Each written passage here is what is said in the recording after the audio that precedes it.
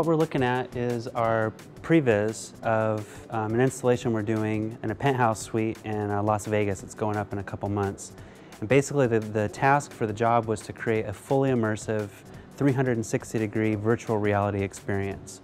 So what we're doing is we've got about 10 computers set up and 11 different projectors, and we're covering the entire room in about 14,000 pixels of all real-time generated graphics. So if somebody is talking, certain elements in the scene will be responding to the audio that's in the room.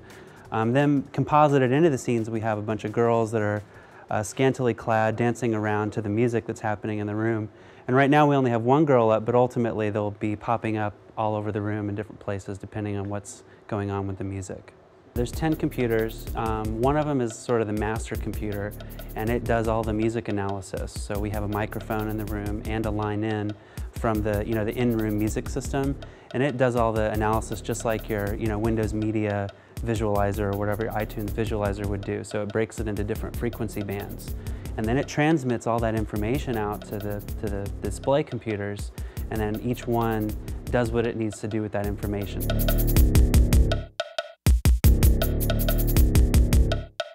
As part of the development process, because it is 10 different computers, in order to make content changes, it's much easier for us to control everything from an iPhone.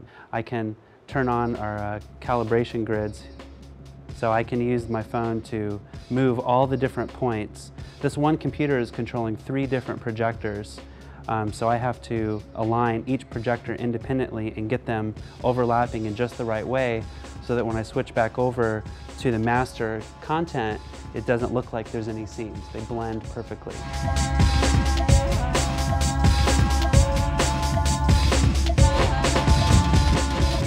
It's something we've been talking about for a long time, building a fully immersive cinema experience for home as like a single box that you would set down. Obviously it would have a projector in it with the ability to cast light in all directions, or at least in a cover a hemispherical area, so you could cover your walls and your ceiling.